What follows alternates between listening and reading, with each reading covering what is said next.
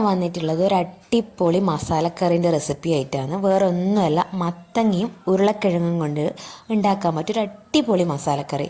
അതെന്ന് വെച്ചാൽ എൻ്റെ കയ്യിൽ എപ്പോഴും മത്തങ്ങ വാങ്ങിക്കഴിഞ്ഞാൽ ഒരു മുറി കൊണ്ട് പരിപ്പും മത്തനോ എന്തെങ്കിലും ഉണ്ടായിക്കഴിഞ്ഞാൽ ബാക്കി ഒരു കുഞ്ഞു കഷ്ണം എന്തായിട്ടും ബാക്കിയുണ്ടാവും. ആ ഒരു കുഞ്ഞു കഷ്ണം കൊണ്ട് ഓരോന്നൊന്നും വെച്ച് കഴിഞ്ഞാൽ വീട്ടിൽ ആർക്കും ഇഷ്ടമല്ല. അപ്പം ഞാൻ അതുകൊണ്ടൊരു മസാലക്കറി ഉണ്ടാക്കി നോക്കിയാലോ എന്ന് വിചാരിച്ചപ്പോൾ നല്ല അടിപൊളി ടേസ്റ്റ് ആയിട്ടുണ്ട്. അപ്പോൾ അത് ഞാനൊന്ന് നിങ്ങൾക്ക് വേണ്ടിയിട്ട് വീഡിയോ ഇടുന്നതേ ഉള്ളൂ, ഉരുളക്കിഴങ്ങിൻ്റെ കൂടെ.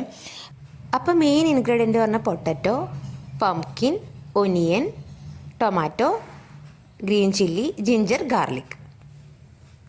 അപ്പോൾ ഇത് ക്വാണ്ടിറ്റി വെച്ചാൽ നമ്മൾ കഴിക്കാൻ എത്ര ആൾക്കാരുണ്ട്, എത്രത്തോളം കഴിക്കും എന്നുള്ള രീതിയിൽ വേണം എടുക്കാൻ വേണ്ടിയിട്ട്. അപ്പം ഞങ്ങളിവിടെ 2 പേരേ ഉള്ളൂ. അപ്പം എനിക്ക് വേണ്ട അളവിൽ എടുത്തിട്ടുണ്ട്.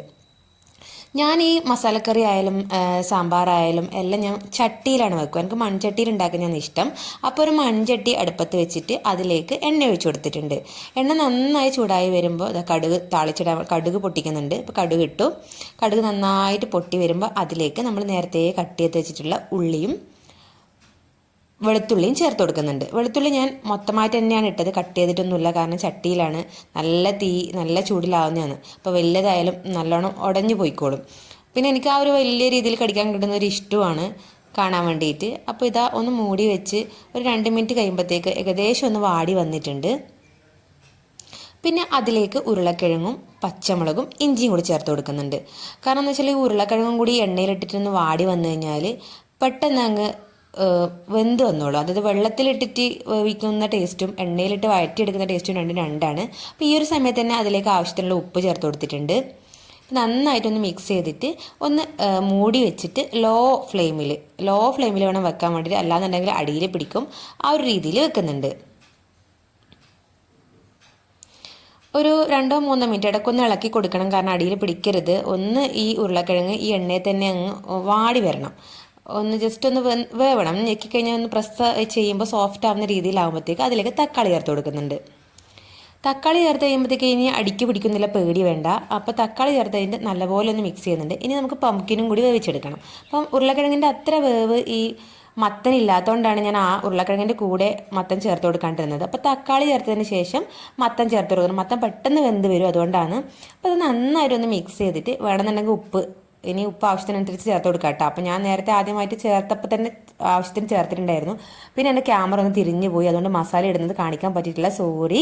അപ്പോൾ ഞാൻ മല്ലിപ്പൊടി, മുളക് പൊടി, മഞ്ഞൾപ്പൊടി, പിന്നെ ഇറച്ചി മസാല, അതായത് മീറ്റ് മസാല, ഈ 4 പൊടികളും കൂടി മിക്സ് ചെയ്തിട്ട് ഒരു ബൗളിലാക്കിയിട്ട് മിക്സ് ചെയ്തിട്ടുണ്ട്. ഒരുപാട് ക്ഷമിക്കണം കേട്ടോ, എനിക്കൊന്നും പറയാനില്ല. എൻ്റെ ക്യാമറ തിരിഞ്ഞു പോയത് ഞാൻ കണ്ടിട്ടില്ല, വീഡിയോ മൊത്തം എഡിറ്റ് ചെയ്യുമ്പോഴാണ് അറിഞ്ഞത്. അപ്പോൾ ഈ മസാല ഇതിലേക്ക് ചേർത്തിട്ട് നന്നായിട്ടൊന്ന് മിക്സ് ചെയ്തിട്ടുണ്ട്. ഇനി ഇതിലേക്ക് ആവശ്യത്തിന് വേണ്ട വെള്ളം ചേർത്ത് കൊടുക്കുക. ഈ 4 മസാലപ്പൊടികൾ മാത്രമാണ് ചേർത്തത്, നമ്മളെ അളവിനനുസരിച്ച് ചേർത്ത് കൊടുക്കുക. അപ്പോൾ എനിക്കിവിടെ പൊതുവേ എരിവ് കുറവാണ്, അതുകൊണ്ടാണ് മല്ലിപ്പൊടീൻ്റെ ക്വാണ്ടിറ്റിയാണ് കൂടുതൽ എടുത്തത്. എന്നാൽ മാത്രമേ അതിനൊരു തിക്നെസ് ഉണ്ടാവുള്ളൂ. ഒരു 3-4 ടേബിൾ സ്പൂൺ മല്ലിപ്പൊടി ഞാൻ എടുത്തിട്ടുണ്ട്. മുളക് പൊടി അതിൻ്റെ പകുതി, മഞ്ഞൾപ്പൊടി ആവശ്യത്തിന്, മീറ്റ് മസാല കുറച്ച് അത്യാവശ്യം 1-1.5 സ്പൂൺ എടുത്തിട്ടുണ്ട്. അപ്പോൾ വെള്ളം ഒന്ന് തിളച്ച് വരുമ്പോൾ പിന്നെ അതിലേക്ക് അവസാനമായി ചേർക്കുന്നതാണ് പെപ്പർ പൗഡർ, അതായത് കുരുമുളക് പൊടി. അവസാനം കുറച്ച് കുരുമുളക് പൊടി, അതും ആവശ്യത്തിനനുസരിച്ച് ചേർത്ത് കൊടുക്കുക. ഇനി ഒന്ന് തിളച്ച് വരുമ്പോഴത്തേക്ക് നമ്മൾ കറിയുടെ റെഡി ആയിട്ടുണ്ട്.